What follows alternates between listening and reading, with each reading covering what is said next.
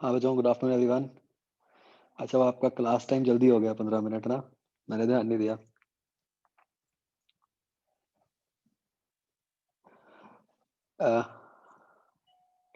Test कैसा हुआ बच्चों आपका, कल वाला?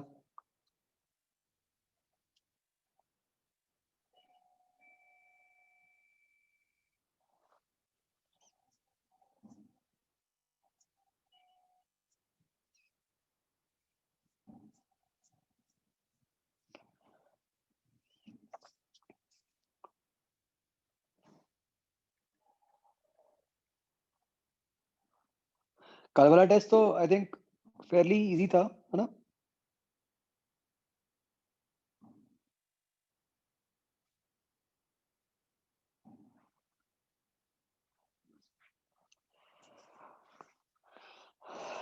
अच्छा बच्चों,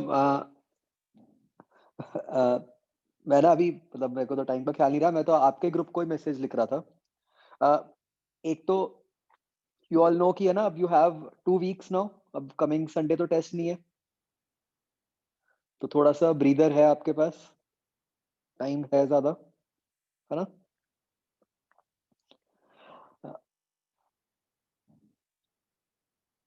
अब बच्चों, बड़ी इंपॉर्टेंट बात हमें ये समझनी है, जो आपके ये मतलब कमिंग 2 वीक्स में चैप्टर्स हैं, राइट? बेसिकली ये चैप्टर्स आपके हो गए हीट, थर्मो, रे ऑप्टिक्स। बच्चों, आपके अकॉर्डिंग इन तीनों चैप्टर्स को मिला के कितनी वेटेज होएगी नीट के अंदर?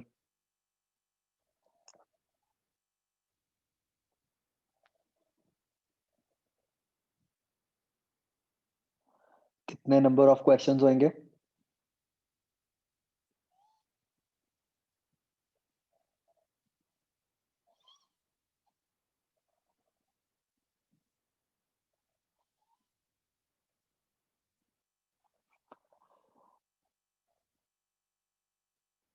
ये बच्चों 8 to 9 क्वेश्चंस आएंगे इसमें से मिला के, आउट ऑफ 45,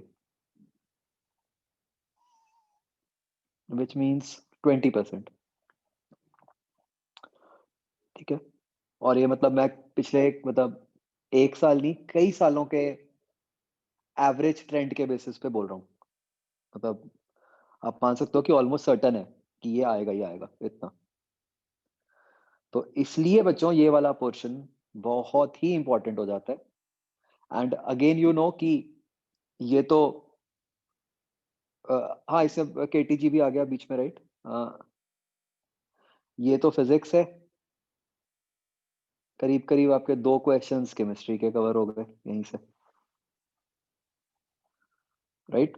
तो this is, we can easily see कि most important week as far as the weightage is concern, है ना? तो मतलब इसको बहुत ही अच्छे से करना है हमने। मतलब यहाँ पे अब देर इज नो मार्जिन, कुछ छोड़ना नहीं है इस पोर्शन में, सब कुछ बहुत बहुत अच्छे से करना है हमें। ठीक है? जैसे आपको बोला हुआ है, समरी शीट्स, मॉड्यूल, जो आपको भी असाइनमेंट मिली हुई है, सारा कुछ। राइट बच्चों, क्लियर है सबको?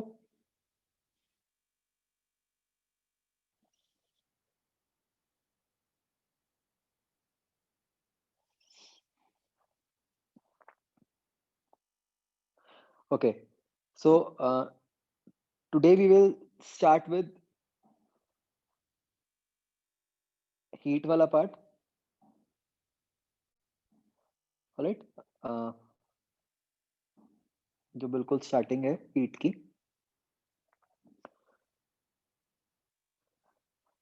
तो वहां पे देखो बच्चों, जो सबसे पहले जो टाइप ऑफ क्वेश्चन जो आ सकता है हमारे को, वो है based on thermometry.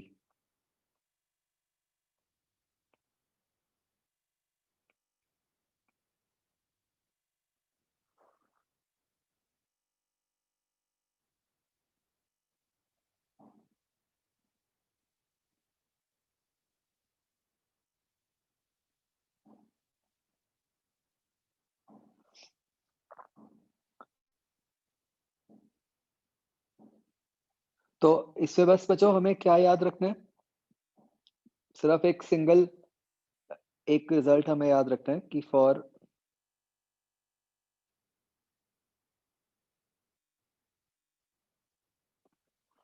Any scale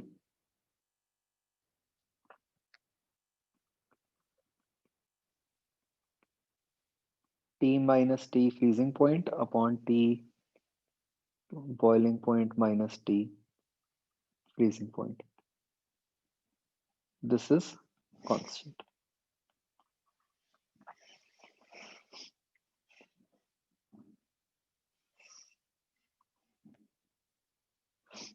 सबको बच्चों ये रिजल्ट अप्लाई करना आता है?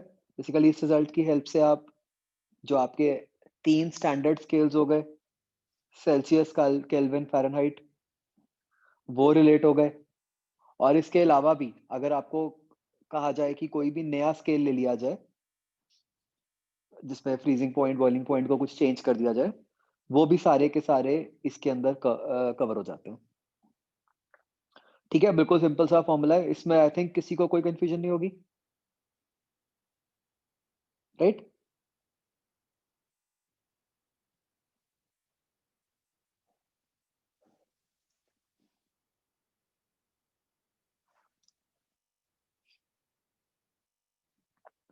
इसके बाद बच्चों अगला पार्ट आता है थर्मल एक्सपेंशन।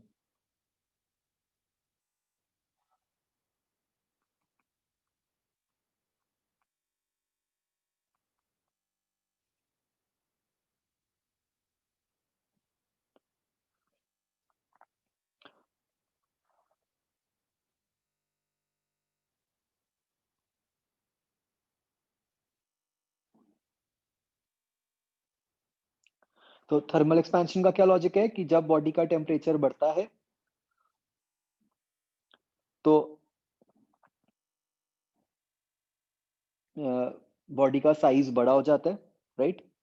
हम थर्मल एक्सपेंशन 3 तरीके की पढ़ते हैं बच्चों।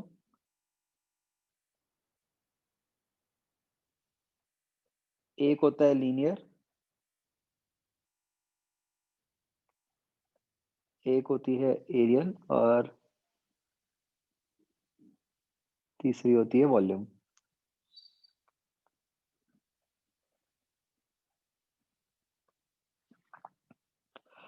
अब बच्चों एक बहुत ही इंपॉर्टेंट बात जो हमें समझनी है,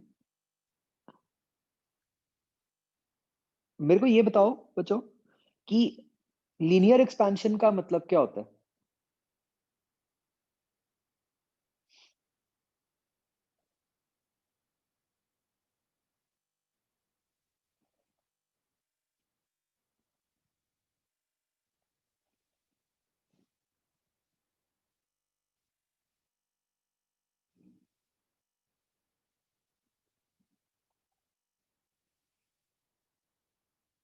सोच के बताओ मुझे प्लीज।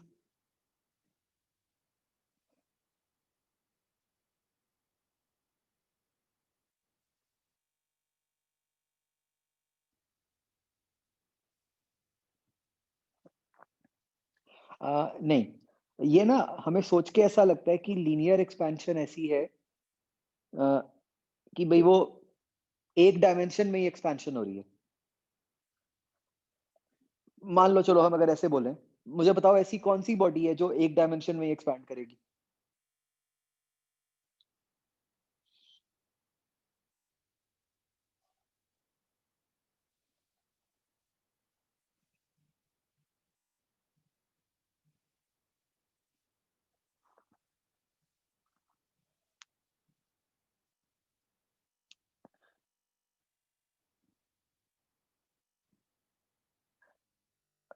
अच्छा एक सेकंड।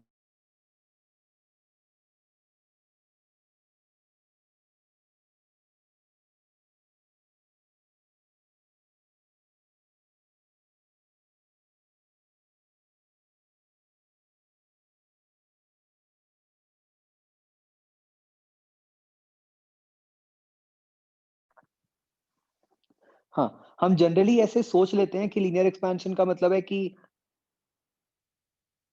एक रॉड एक्सपैंड कर रही है ना? अ, बच्चों अगर हम एक रॉड को हीट करेंगे, तो क्या वो ऐसे ही एक्सपैंड करेगी? वो इधर को एक्सपैंड नहीं करेगी?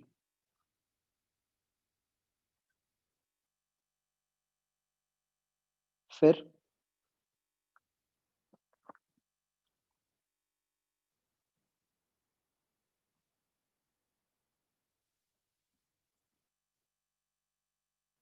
बोलो भाई।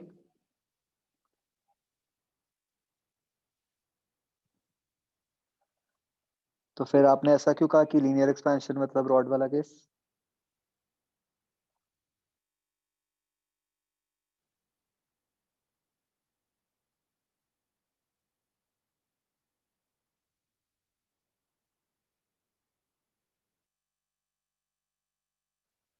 तो इसको बच्चों हम एक बेटर फॉर्म में समझते हैं।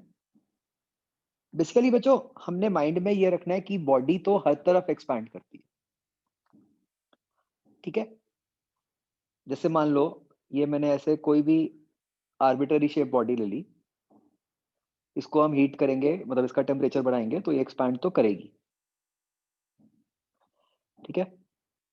तो हम ऐसा नहीं कहते कि इसमें लीनियर एक्सपेंशन नहीं हुई। लीनियर एक्सपेंशन का मतलब ये होता है कि अगर आप इस बॉडी के ऊपर कोई भी दो पॉइंट्स ले लो, ए एंड बी,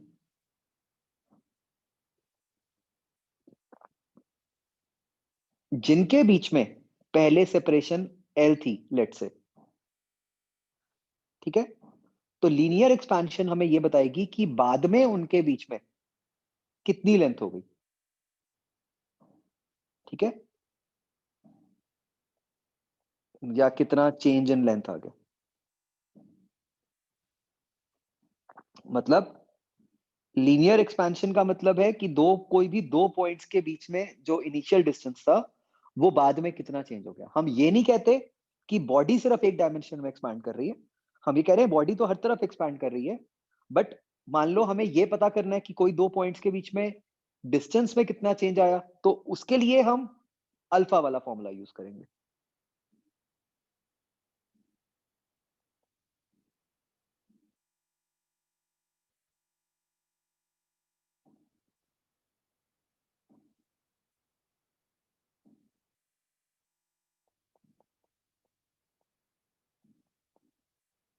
ये बात बच्चों क्लियर हो गई सबको?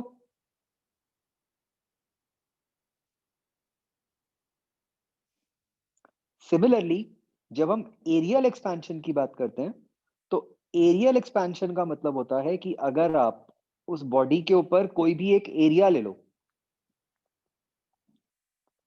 तो वो एरिया के अंदर कितना चेंज आ गया,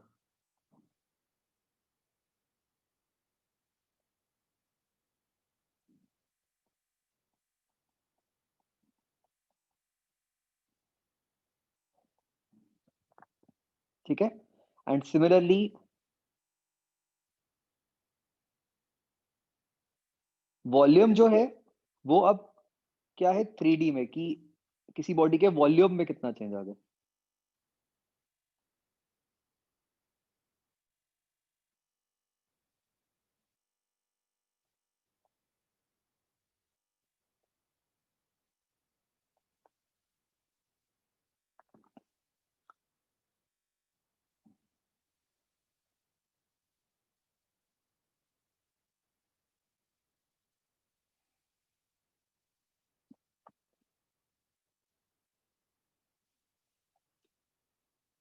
इज दिस थिंग क्लियर बच्चों?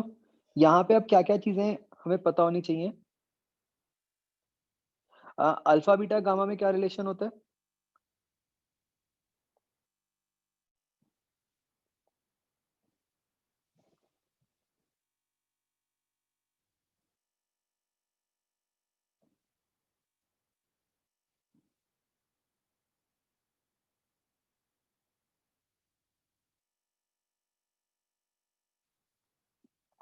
और ये किसके लिए होता है? For isotropic materials. आइसोट्रोपिक का क्या मतलब होता है?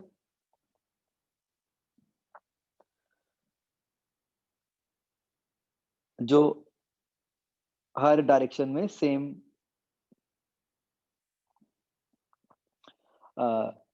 तरीके से एक्सपैंड करते हैं, मतलब जिनमें कोई डायरेक्शनल प्रेफरेंस नहीं है।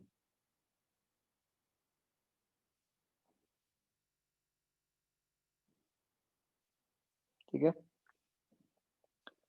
अगर आपका बच्चा अल्फा इटसेल्फ वेरिएबल हो, फिर फिर कैसे सॉल्व करते हैं हम?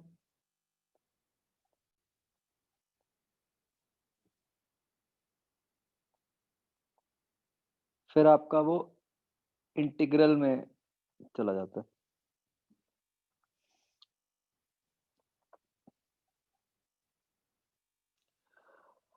और तीसरी बात बच्चों, जो इसका सबसे इंपॉर्टेंट केस है, लेट अस से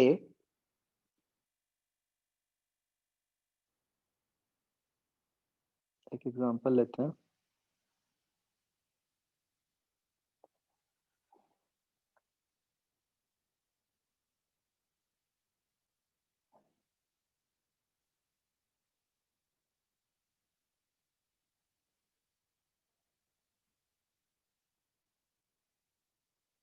ये बच्चों कोई शीट है जिसके अंदर हमने दो सर्कुलर होल्स किए हुए हैं। ठीक है। मैं इस शीट के ऊपर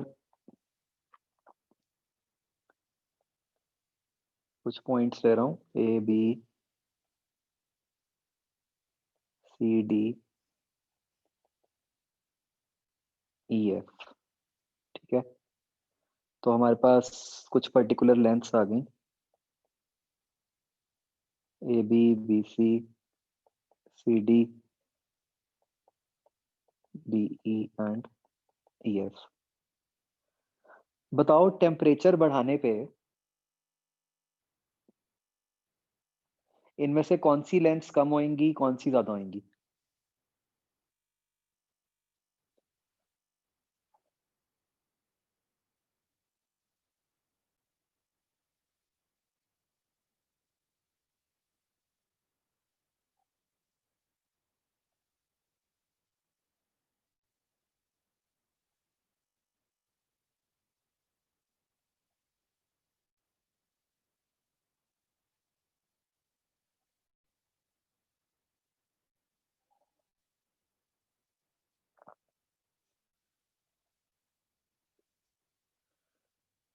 so yes, all will increase, right?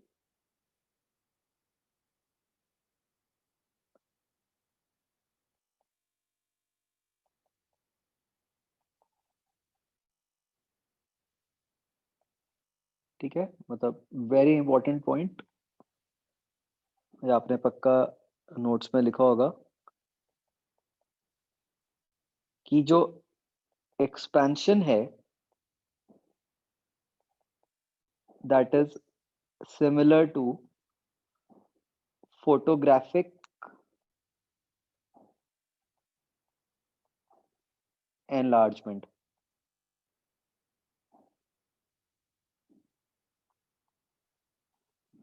Right? इसका क्या मतलब होता है बच्चों? और ये ऑनलाइन समझाना बहुत आसान है। अ, तो जो ध्यान से उस शीट को देखो, बेसिकली जब हम टेम्परेचर बढ़ाएंगे तो क्या हो जाएगा इस बॉडी के साथ?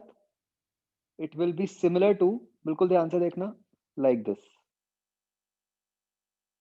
वैसे हो जाएगी। मतलब क्या हो गया? जैसे हम फोटो को जूम कर देते हैं, तो जब हम फोटो को जूम करते हैं तो फोटो के अंदर जो कुछ भी है सारा कुछ बढ़ जाएगा ना। कई बार हमारे माइंड में एक मिसकंसेप्शन आता है कि भाई हमें लगता है कि हाँ ए बी बढ़ेगा तो बी सी कम होना चाहिए, टाइप्स। बट वो नहीं है। बेसिकली क्या हो रहा है, सारी लेंस बढ़ रही हैं। जब आप एक फोटो को जूम करते हो तो क्या होता है, सारी की सारी लेंस बढ़ जाती हैं। क्या ये चीज क्लियर हो गई सबको?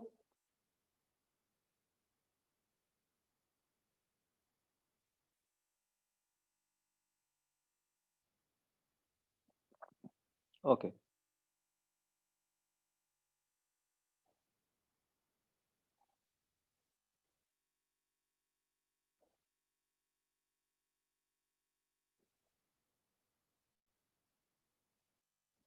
अब बच्चों इसकी कुछ एप्लीकेशंस थर्मल एक्सपेंशन की।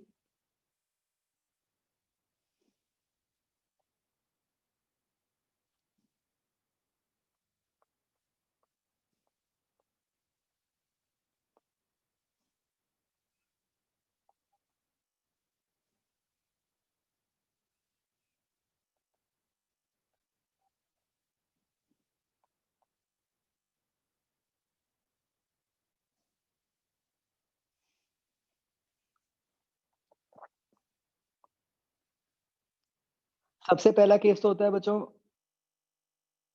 Simple pendulum.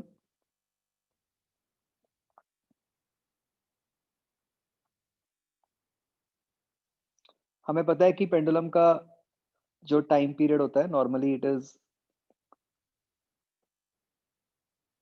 2 pi root L by g, मतलब t is proportional to L raise to power half. तो अगर मैं इस पे एरर्स वाला मेथड लगा दूं, क्या बन गया, delta T by T is equal to half delta L by L. और डेल्टा एल बाय एल क्या है थर्मल एक्सपेंशन से?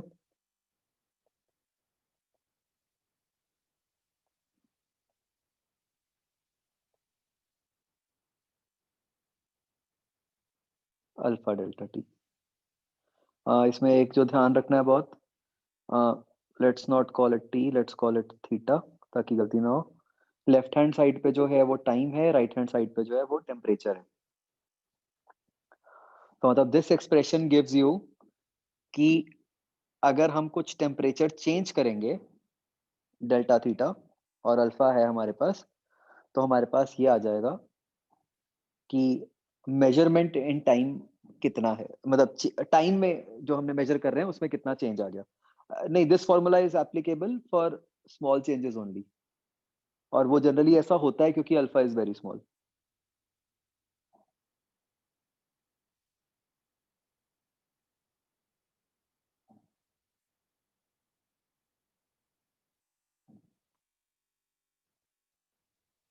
ठीक है जी। फिर बच्चों दूसरी एप्लीकेशन है इसकी, बॉइंड फोर्स, या उससे भी पहले हम कर देते हैं चेंज इन डेंसिटी।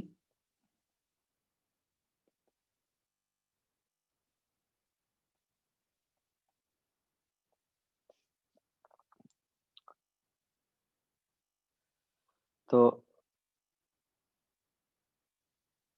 इसमें बच्चों देखो हम क्या कंसेप्ट लगाते हैं कि अगर हमने टेम्परेचर चेंज किया भी तो मास तो कांस्टेंट रहेगा।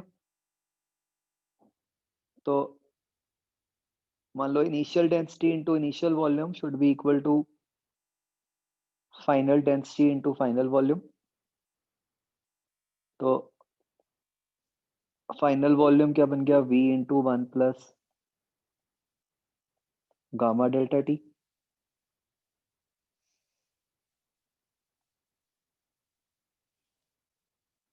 तो डेंसिटी का फॉर्मूला बन जाता है density over one plus gamma delta.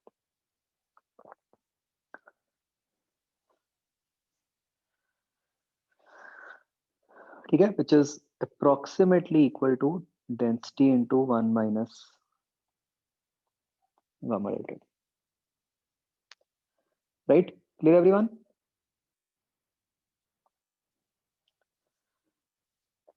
फिर इससे आ जाता है बच्चों बॉइंड force.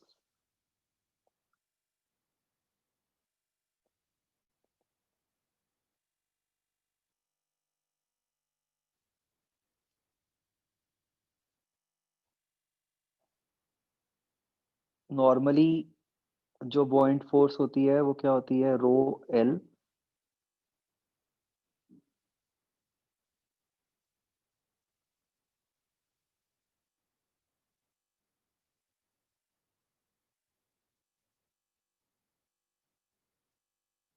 We S into g. ठीक है, मतलब मान लो कोई सॉलिड है जिसको आपने ऐसे एक लिक्विड के अंदर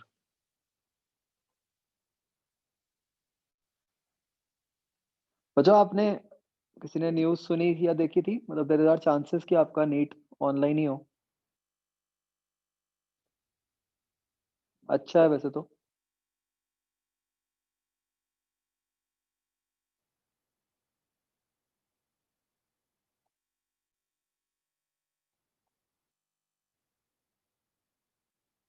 सिलेबस डिक्रीज़ नहीं किया, हाँ, बट चॉइस तो दे ही रहे हैं।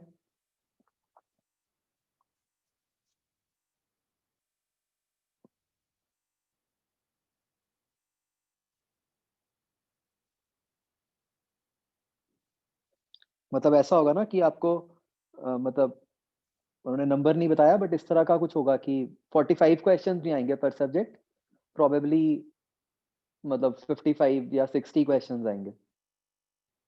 तो आपको उनमें से 45 क्वेश्चंस ही अटेम्प्ट करने हैं। तो मतलब जो पोर्शन मान लो ऐसा है जो नहीं किया हुआ, तो आप उसके क्वेश्चन छोड़ के दूसरे क्वेश्चंस मिल जाएँगे आपको, वो कर सकते हो।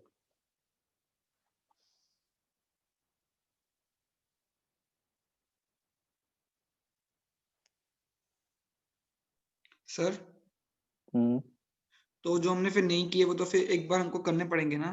क्योंकि अगर उसमें से क्वेश्चन ईज़ी आ गया जो नहीं किए और जो किए उनमें से मुश्किल आ गया तो फिर मतलब गलत बात होगी ना? नहीं देखो, वैसे तो हम करेंगे मार्च में, बट ये अब एक थोड़ा-सा ट्रेड ऑफ करने वाली बात है। मतलब वो तो उल्टा भी हो सकता है ना, मतलब जो चीज़ आप कह रहे हो वो है, बट दूसरा ये भी है कि मान लो हमने इतना टाइम लगाया और हमने उस चक्कर में जो पता है कि जिससे पक्का आना है, उस पे फ़ोकस कम कर लिया और पता चला कि सिंपल चॉइस थी और वो आराम से हम वो कर ही सकते थे क्वेश्चंस, मतलब कि हमें कोई एडिशनल बहुत फ़ायदा ही नहीं हुआ ये करने का।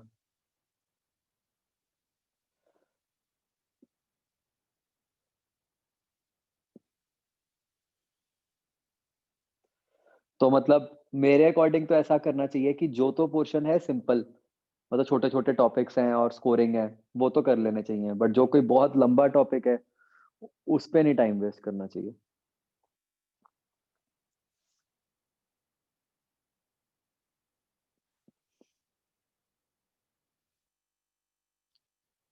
तो ये वजह अगर हम टेम्परेचर चेंज करेंगे, तो बॉइंट फोर्स क्या हो जाएगी? देखो जो लिक्विड की डेंसिटी है वो बन जाएगी rho L over 1 plus gamma L delta T। Solid का वॉल्यूम बन जाएगा Vs into 1 plus gamma S delta T into G। मतलब ये बन गया बॉइंट फोर्स जो पहले थी into 1 plus gamma S delta T over 1 plus gamma L delta T। तो ये बच्चों एक इम्पोर्टेंट केस है। मतलब इस केस में क्या है कि जो बॉइंट फोर्स है वो सॉलिड के एज वेल एज लिक्विड दोनों की गामा पे डिपेंड कर रही है। तो depending on their gammas buoyant force कम भी हो सकती है, ज्यादा भी हो सकती है। Is this thing clear?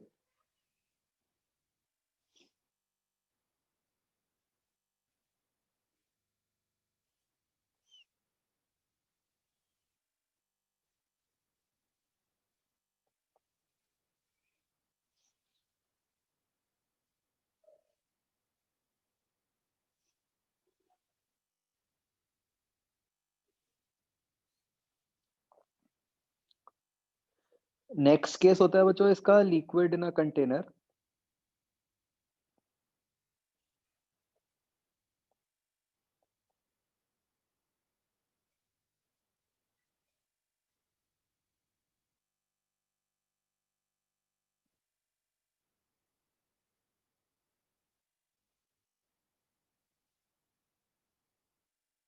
तो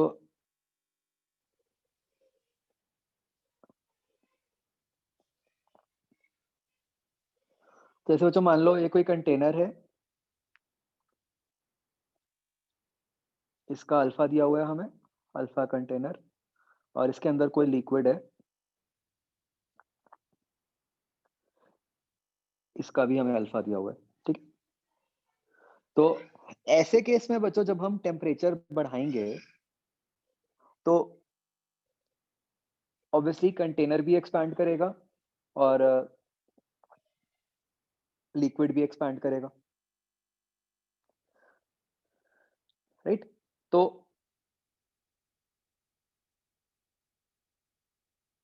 फॉर एग्जांपल मतलब मान लो अगर बिल्कुल भरा हुआ होता है ये 1 मिनट के लिए, तो और अगर दोनों सेम एक्सपैंड करते, तो अगर हम रियलिस्टिकली सोचें तो ये एक्सपैंड कर रहे हैं, राइट?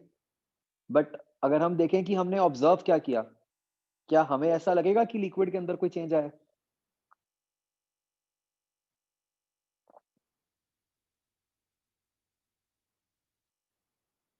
नहीं, है ना?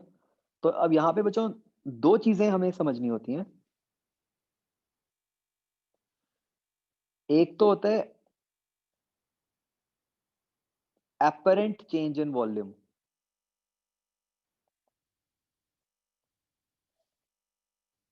of liquid. This is also basically the volume of liquid overflown when container is full.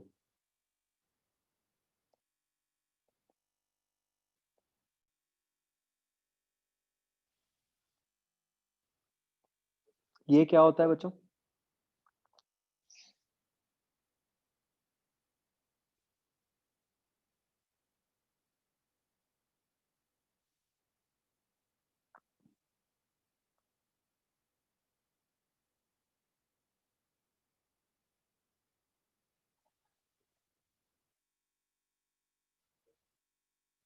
ये होता है V into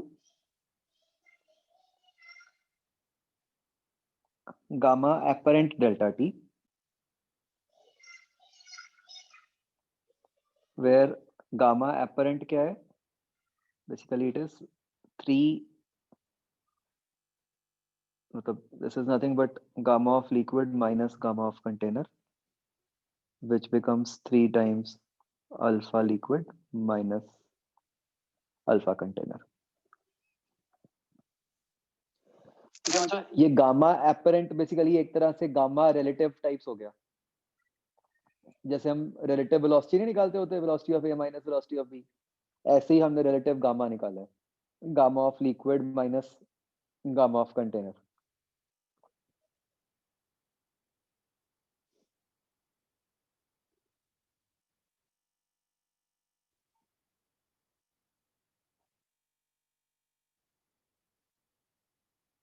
राइट बच्चों, इसमें कोई डाउट?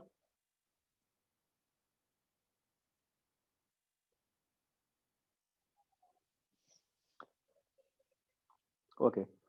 दूसरी बच्चों हमें जो कई बार चीज पूछी जा सकती है, that is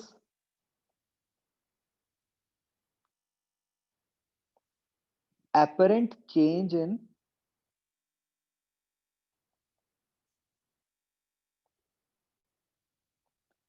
height of liquid।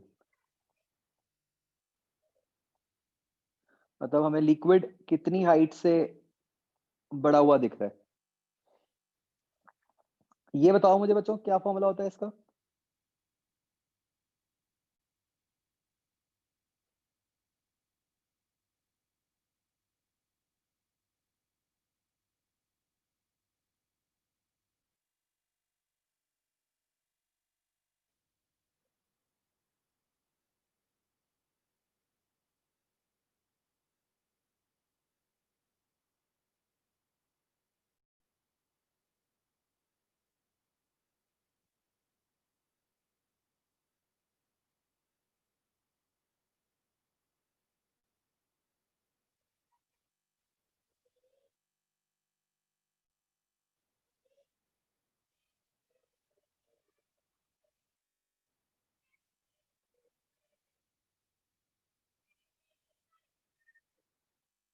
सोचो बच्चों, बताओ मुझे क्या बनेगा?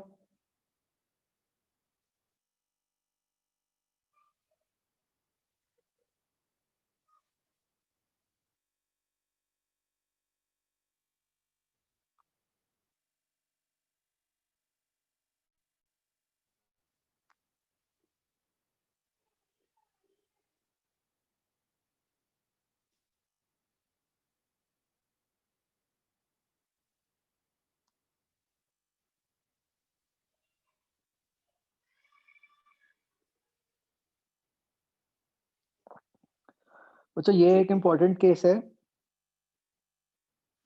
ये जो बच्चों बन जाता है ना, मान लो ये हाइट पहले h है,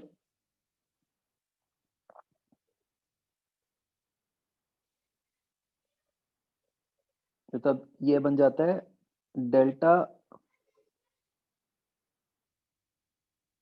h apparent is equal to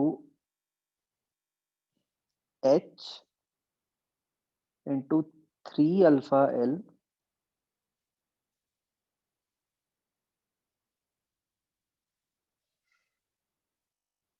minus 2 alpha C delta T। इसका कोई लॉजिक सोचो बच्चों, ये ऐसा क्यों आया रिजल्ट?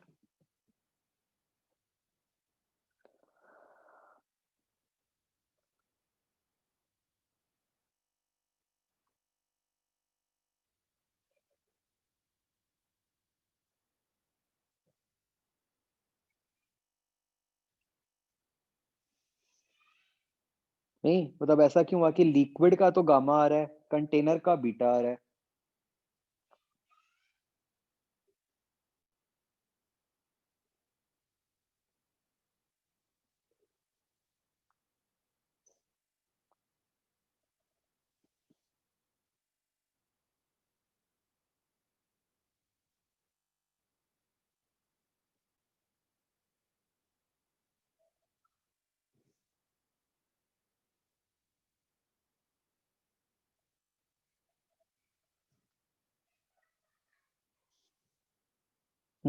आप ऐसे सोचो ना बच्चों कि लिक्विड की हाइट में जो चेंज आएगा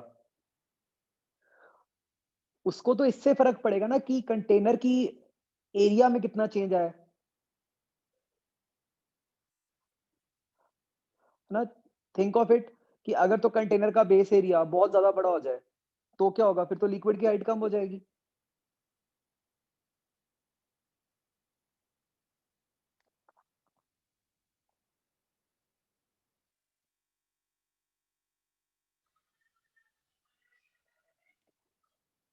राइट, तो प्लीज ये ध्यान रखना दोनों केसेस में फॉर्मूलाज में, मतलब एक केस में वॉल्यूम है, एक केस में हाइट है।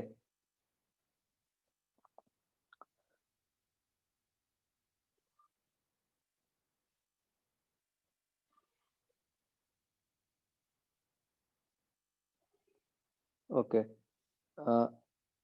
नेक्स्ट केस होता है बच्चों थर्मल स्ट्रेस।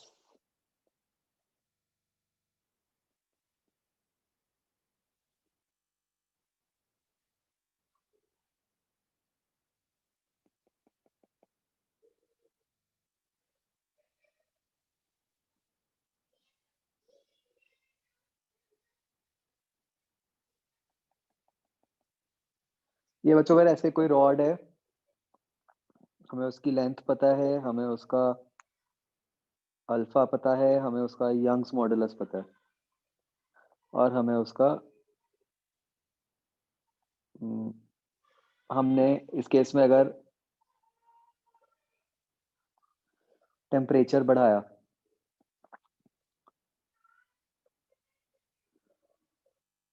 तो क्या हो जाएगा बच्चों?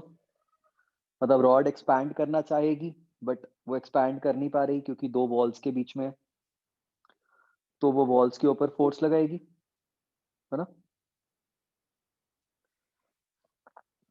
तो एरिया मान लो ए गिवन है, तो इस केस में फोर्स एक्सर्टेड ऑन वॉल कितनी होती है बच्चों?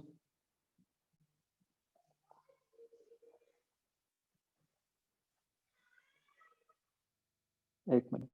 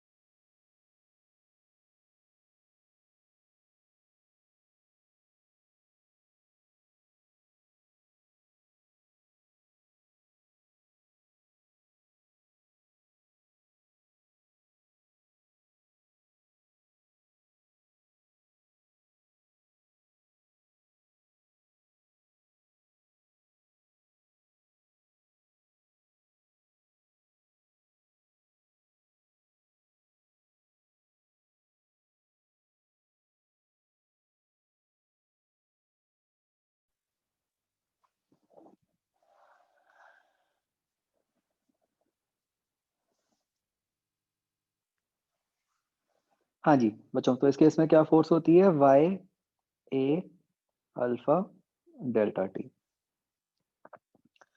और फोर्स की जगह अगर स्ट्रेस निकालना होगा तो वो फोर्स अपॉन एरिया हो जाएगा, तो वो वाई अल्फा।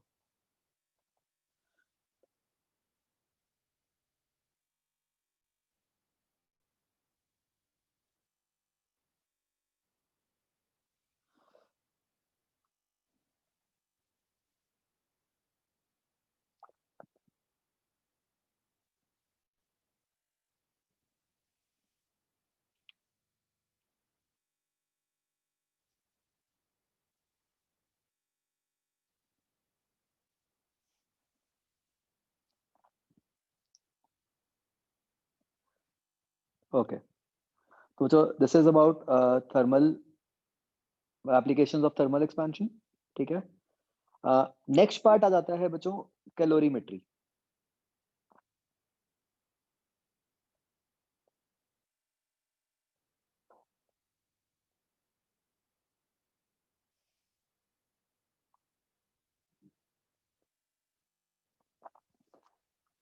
कैलोरीमेट्री में बच्चों बस हमें जो बात बेसिक समझनी होती है कि जब हम एक बॉडी को एनर्जी देते हैं, राइट, तो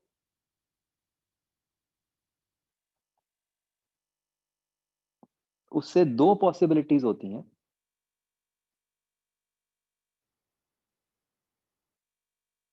राइट, कि या तो बॉडी का टेम्परेचर चेंज होता है या बॉडी की स्टेट चेंज होती है।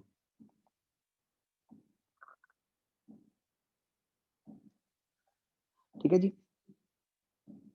बट ऐसा नहीं है कि कभी भी उसकी स्टेट चेंज हो जाएगी। स्टेट चेंज तभी होगी जब वो बॉडी उस करेस्पॉन्डिंग मतलब मतलब जो रिक्वायर्ड टेम्परेचर या प्रेशर है स्टेट चेंज का, उसी पे होगी।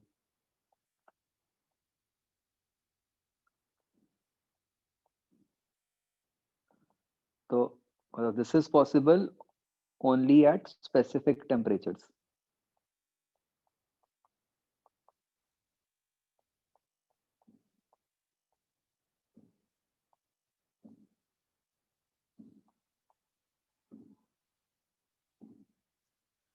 ठीक है, मतलब ये नहीं कि हमेशा हो जाएगी। जैसे फॉर एग्जांपल हमें पता है कि जब आइस ने वाटर में कन्वर्ट होना है ना, तो अंडर स्टैंडर्ड प्रेशर ये कब होगा, ये 0 डिग्री पे ही होगा। सिमिलरली वाटर ने अगर वाटर वेपर में कन्वर्ट होना है तो वो 100 डिग्री पे ही होगा। ठीक है, और दूसरी बात बच्चों ये भी समझनी है हमें कि ऐसा नहीं है कि अगर आपने वो रिक्वायर्ड कंडीशंस बना दी, मतलब वो रिक्वायर्ड टेम्परेचर प्रेशर बना दिया, तो एकदम से उसकी स्टेट चेंज हो जाएगी। उसके बाद भी तभी होगी जब आप उसको हीट दोगे, है ना। मतलब ऐसा नहीं कि वाटर 100 पे चला गया तो स्टीम में कन्वर्ट हो जाता है। वाटर जब 100 पे होगा तब आप उसको जब हीट दोगे फिर वो स्टीम में कन्वर्ट होगा, राइट। ये सबको बात क्लियर है। अब टेम्परेचर चेंज के लिए जो बॉडी की प्रॉपर्टी इन्वॉल्व होती है उसको हम कहते हैं एज स्पेसिफिक हीट। और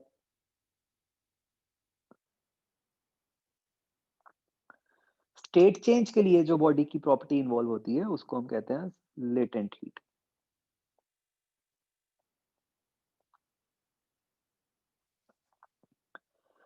तो स्पेसिफिक हीट के लिए जो एप्लीकेबल फॉर्मूला है वो क्या है, delta Q is equal to M C delta T. तो मतलब सी के यूनिट्स क्या बन गए,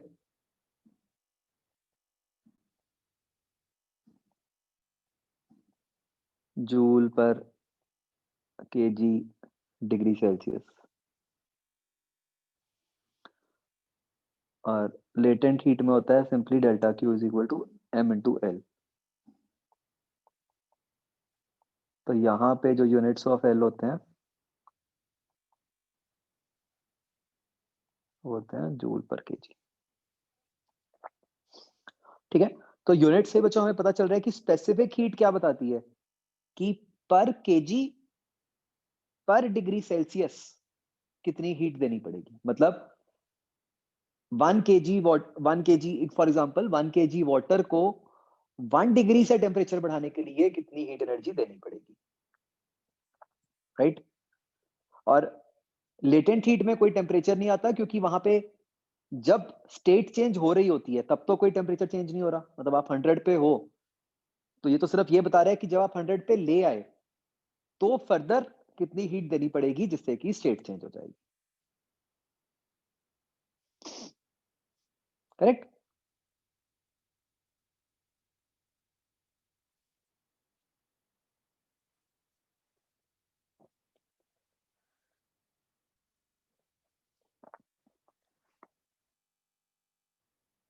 तो जैसे फॉर एग्जांपल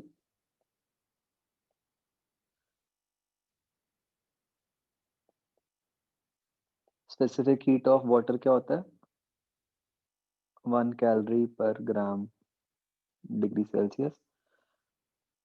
कैलोरी क्या होता है बच्चों, 4.2 जूल्स, राइट। ये सबको पता ही है।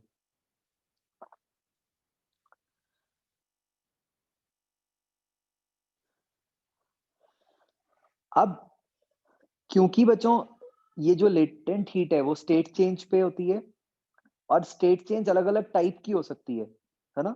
तो लेटेंट हीट भी 3 अलग अलग तरीके की होती है।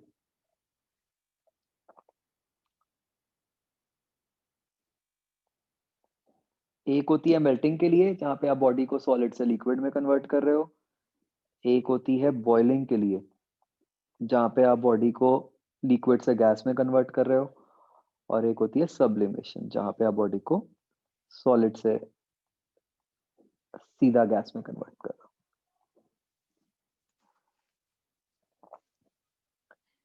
राइट। ये बात सबको क्लियर है। एंड अगली बात बच्चों, कभी भी दोनों इकट्ठे नहीं होते, है ना। ये एक बहुत ध्यान रखना है। ऐसा नहीं होगा कभी भी कि हाँ जी स्टेट चेंज भी हो रही है और टेम्परेचर चेंज भी हो रहा है। एक टाइम पे एक ही चीज होएगी, तो एक ही टाइप की उसको हीट एनर्जी मिल रही होगी बॉडी को। तो जैसे अगर हम एक एग्जांपल से समझें इस बात को,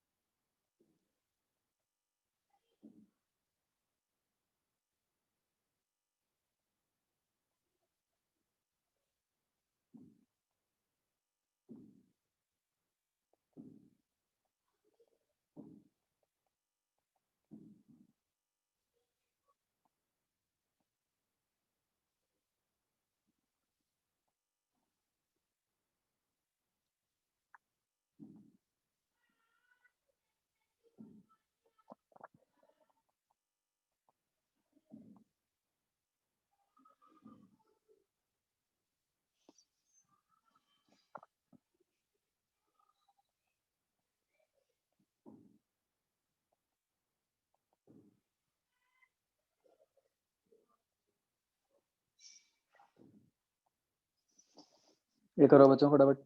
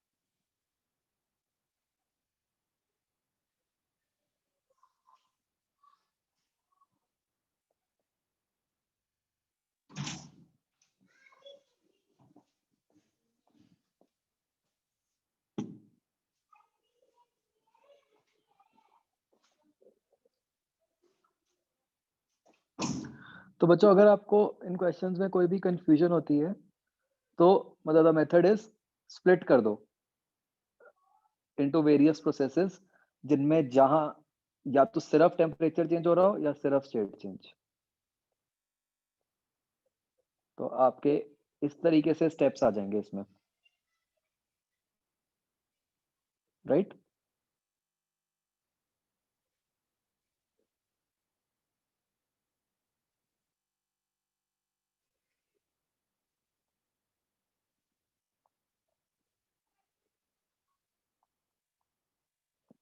तो जैसे कि फर्स्ट स्टेप पे क्या यूज़ होगा?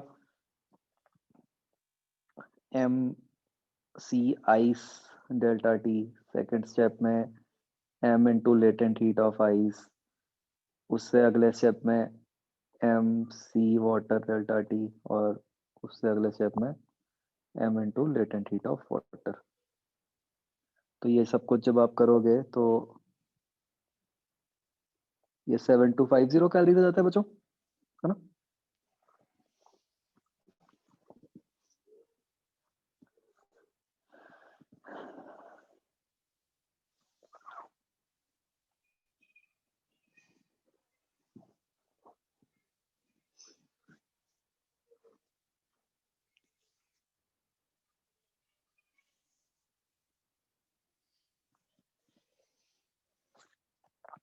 एंड बच्चों फिर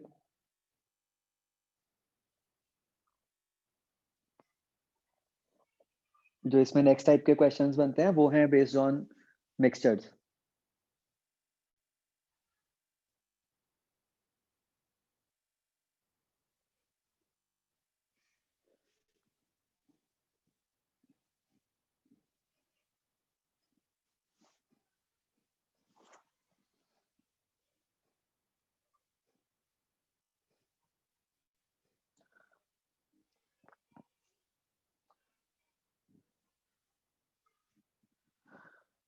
तो ये बच्चों आपने इस टाइप के क्वेश्चंस किए होंगे।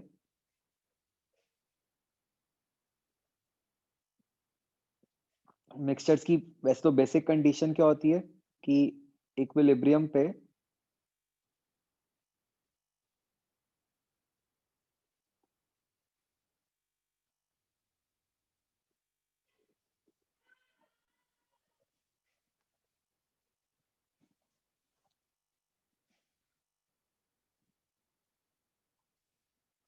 जो फाइनल टेम्परेचर है वो सेम होता है, राइट?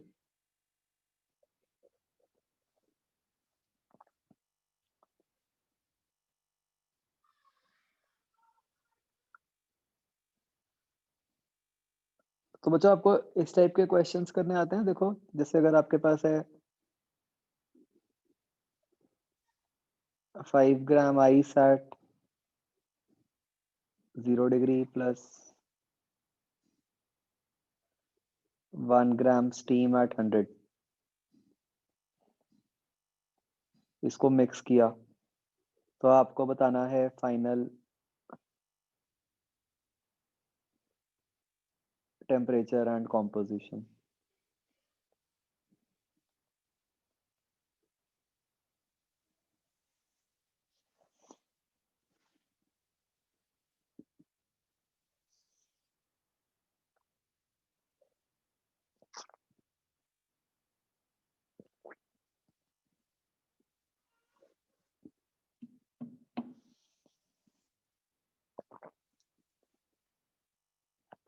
ये करके दिखाओ मुझे बच्चों।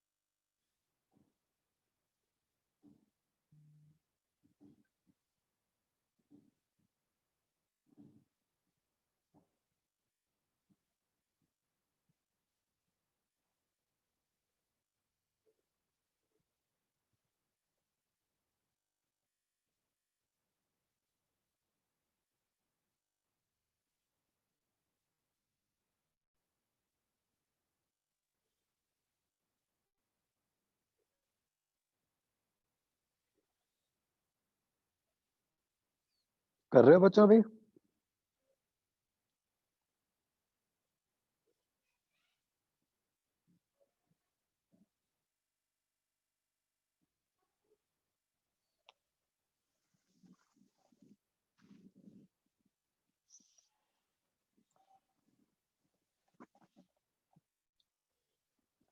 बच्चों मुझे ये बताओ एक बार कि सर ने आपको क्या मेथड बताया हुआ है ऐसे क्वेश्चंस करने का? मैं उसी तरीके से ही बताऊँगा, नहीं तो कन्फ्यूजन होएगी।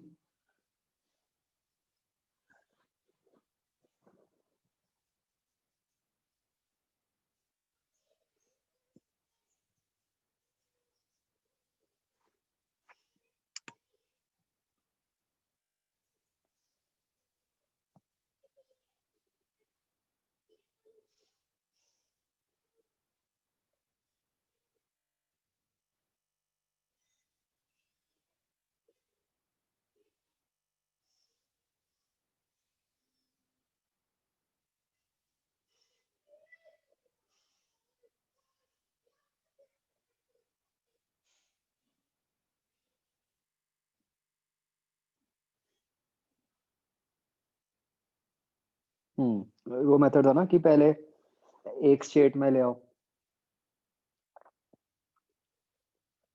तो देखो क्या करना है बच्चों हमें?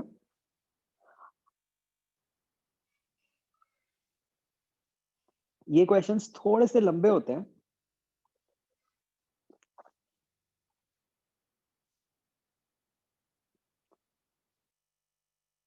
तो जैसे लेट्स से आपके पास 5 ग्राम आइस है एट 0, ठीक है? और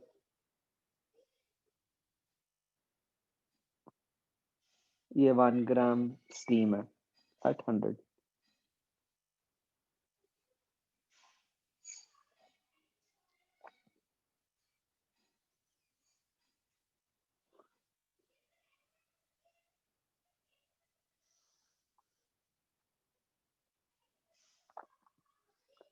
तो बच्चों हम क्या करते हैं, पहले सारे को ना एक स्टेट में ले आओ, पहले सारे को लोएस्ट स्टेट में ले आते हैं। मान लो हम इसको कन्वर्ट कर देते हैं टू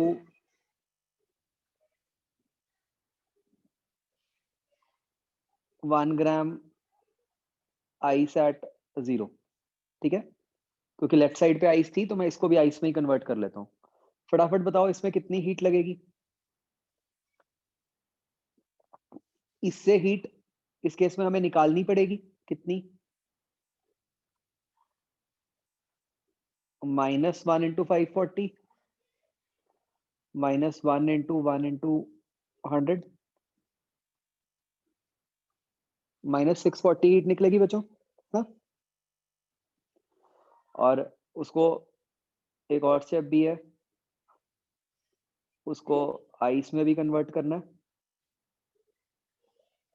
तो 720 हीट निकलेगी। ठीक है, ये हमने क्या निकाला है कि अगर 1 ग्राम स्टीम एट 100 है, उससे हमें कितनी हीट निकालनी पड़ेगी जिससे कि वो 1 ग्राम आइस एट 0 पे कन्वर्ट हो जाए। इसमें बच्चों कोई भी डाउट?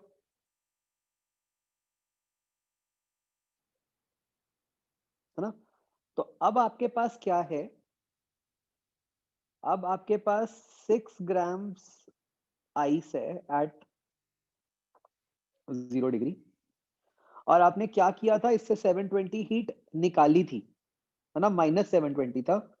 तो अब आप इसको यू विल गिव 720 हीट, है ना? तो अब हमें देखना है कि 720 हीट देकर इस अरेंजमेंट को क्या होगा। तो फर्स्ट स्टेप तो यही होगा कि दिस कन्वर्ट्स टू वाटर, है ना? तो you get 6 grams water at 0 degree. इसमें कितनी निकल गई हीट? 6 इंटू 80, 480। अब बच्चों आपके पास कितनी हीट बची देने को? 720 टोटल देनी थी, 480 फर्स्ट स्टेप में निकल गई। ये 240 बची। तो 240 से हमें बताना है कि क्या होगा। हम कैसे निकालेंगे? 240 is equal to 6 into 1 into T minus 0। क्यों? अब तो टेम्परेचर बढ़ेगा, है ना, 0 से। तो ये टी आ गया 40।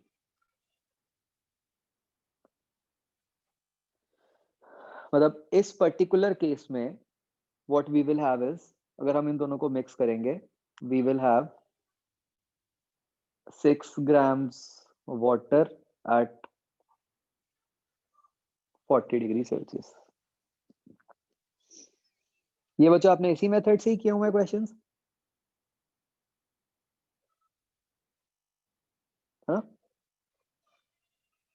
तो ये थोड़े से लंबा है ये मेथड, बट मतलब सेफ मेथड है।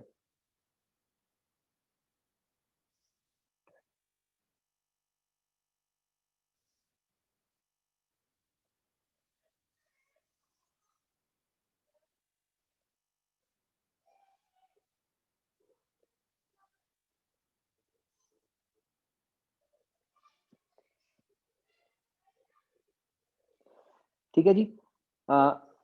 फिर बच्चों इसके बाद नेक्स्ट पार्ट आ जाता है हीट ट्रांसफर।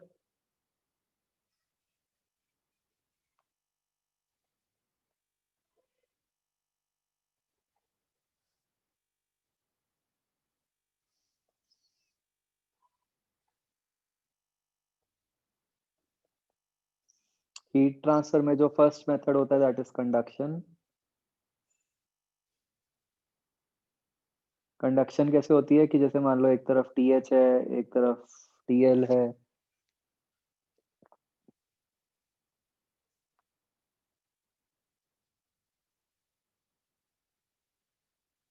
तो हीट फ्लो करेगी from high to low temperature.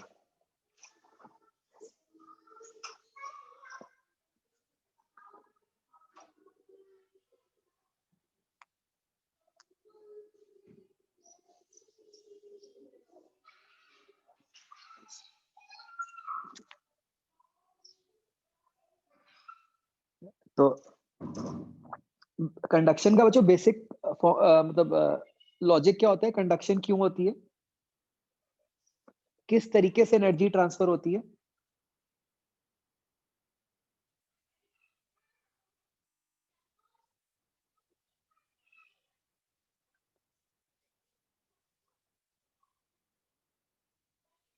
Yes.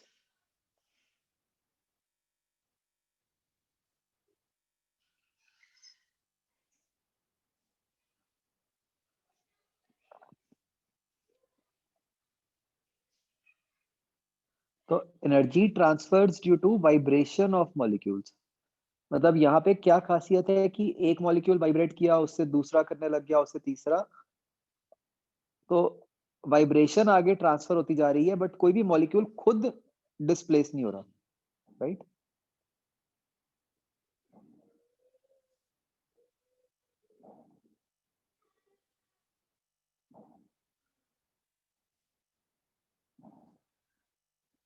ठीक है, ये कंडक्शन की खासियत है। And this is equivalent to, मतलब जैसे हम अब तो करंट पढ़ चुके हैं कि आप ये मान लो कि बस एक, जैसे करंट में हाई पोटेंशियल लो पोटेंशियल होता है और उसके बीच में रेजिस्टेंस होती है, यहाँ पे हाई टेम्परेचर है, लो टेम्परेचर है, और उसके बीच में ये थर्मल रेजिस्टेंस लग गई।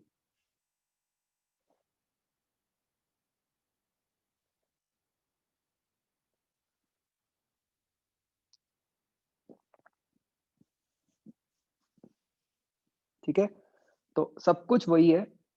तो इसमें हम हीट करंट कहते हैं एज, बस ये डेफिनेशन समझनी है हमें, that is energy flown per time. ठीक है, heat energy flowing per time. This is given by, जैसे वहां पे होता था बिल्कुल वैसे ही, कि वहां होता था पोटेंशियल डिफरेंस अपॉन रेजिस्टेंस, यहाँ पे भी है temperature difference upon thermal resistance. ठीक है, और ये थर्मल रेजिस्टेंस क्या होती है? मतलब बिल्कुल करंट की तरह ही, बस ये फर्क है 1/k into L/A, where k is conductivity। ये कौन सी कंडक्टिविटी है? थर्मल। अगर ये थर्मल रेजिस्टिविटी लिखते तो फिर तो वो रो इंटू एल बाई ए ही बन जाता। बस हम कन्वेंशनली कंडक्टिविटी की टर्म्स में बात करते आए हैं तो इसलिए ऐसे लिख देते हैं। तो यहाँ पे वही सारा सेम सीरीज पैरेलल व्हीटस्टोन सारे के सारे वो कंसेप्ट अप्लाई हो जाते हैं, राइट?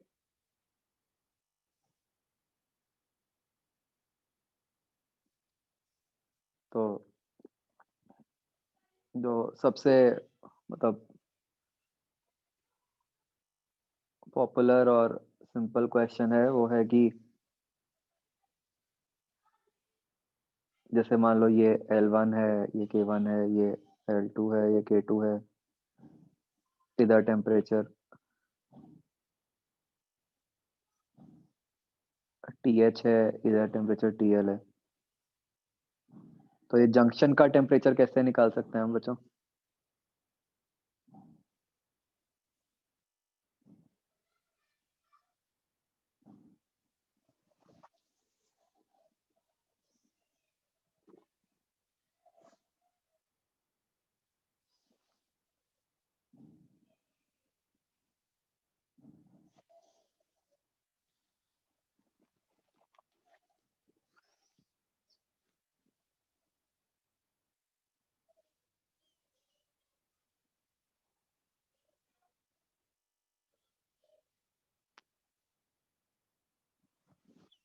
सबको पता है क्या लॉजिक होता है? बेसिकली हम बिल्कुल करंट वाला कंसेप्ट कि अगर मैं आपको किसी एक बीच में पॉइंट का पोटेंशियल पूछूं तो आप क्या कहोगे कि भाई जितना करंट लेफ्ट से आ रहा है उतना ही आगे जाएगा राइट को, है ना? तो लेफ्ट से कितना आ रहा है? टेम्परेचर अपॉन लेफ्ट वाले की रेजिस्टेंस। राइट को कितना जाएगा?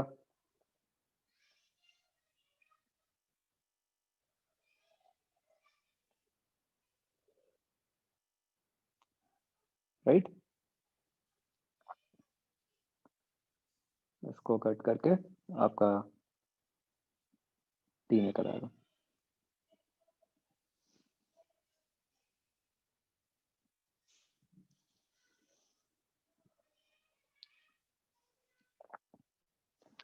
Clear everyone?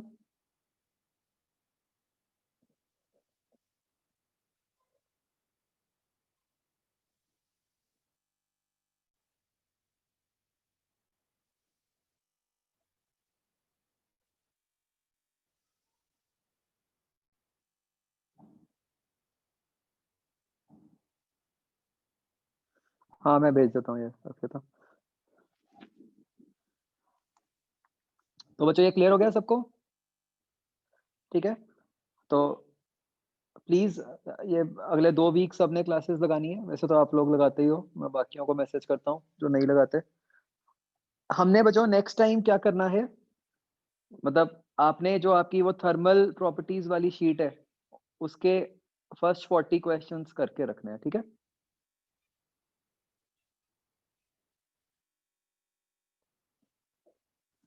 नेक्स्ट टाइम हम रेडिएशन और कन्वेक्शन की बात करेंगे, ठीक है? प्लस ये डिस्कशन।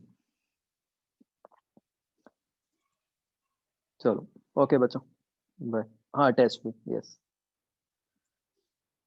बाय बच्चों।